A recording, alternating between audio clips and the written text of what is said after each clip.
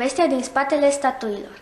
De cele mai multe ori, povestea care stă în spatele unei statui este mai interesantă decât statuia însăși. Iubesc muzeele, sunt încărcate de istorie și au puterea de a te întoarce în timp. Mă gândesc însă cum ar fi să vizitez un muzeu, o catedrală, un vestigiu istoric în care obiectele să fie doar înșirate, fără grai, fără povestea fascinantă care stă în spatele lor. Ar fi trist, pentru că ar rămâne ascunsă și necunoscută tocmai dorința care a însuflețit și inspirat acea lucrare. De aceea, oriunde călătoresc în lume, înainte de a vedea un monument, oricare ar fi el, citesc mai întâi povestea care i-a dat viață. Mă plimbam prin piața Clujului, întrebându-mă ce s-o fi întâmplat aici în trecut. Deodată, frunzele din copac au fost duse de un vânt puternic. Vântul a fost atât de puternic încât m-a luat și pe mine pe sus. M-am trezit într-un loc ciudat. Eram în piața Clujului, dar din trecut.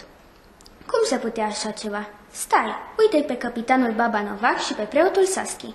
Ce făceau ei aici? M-am panicat și am început să plâng. Am fugit fără să mă uit și m-am ciocnit de o doamnă. Aceasta m-a ridicat cu blândețe și m-a întrebat ce-am pățit. Fiind amabilă, m-a invitat la o ceașcă de ceai ca să-i explic ce se întâmplase. Am ajuns la dânsa acasă și mi-a oferit ceașca de ceai promisă, după care mi-a explicat cele întâmplate. Ea mi-a răspuns că dânsa este trecutul și că m-a adus în trecut ca să văd istoria Clujului. Am ieșit afară și am văzut că preotul Saschi și Baba Novac au fost arși de vii în piața Clujului, din spusele trecutului în data de 5 februarie 1601. Apoi m-a dus într-o altă perioadă a timpului, 17 decembrie 1976, la dezvăluirea statuii Mihai Viteazu. Pe soclul statuii se află o stemă similară a domnitorului care a reunit cele 3 țări române. Am mai observat și monumentul Sfânta Maria Protectoare, am plasat inițial în fața bisericii iezuite. Ea a fost ridicată în semn de recunoștință adus Fecioarei Maria după închiderea unei epidemii de ciumă.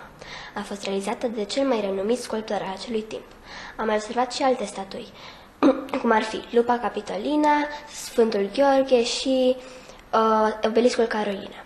Trecutul m-a adus înapoi în 1900, unde m-am întâlnit cu Avram Iancu, care mi-a spus că s-a născut pe data de 10 septembrie 1872 și că a fost avocat și revoluționar român.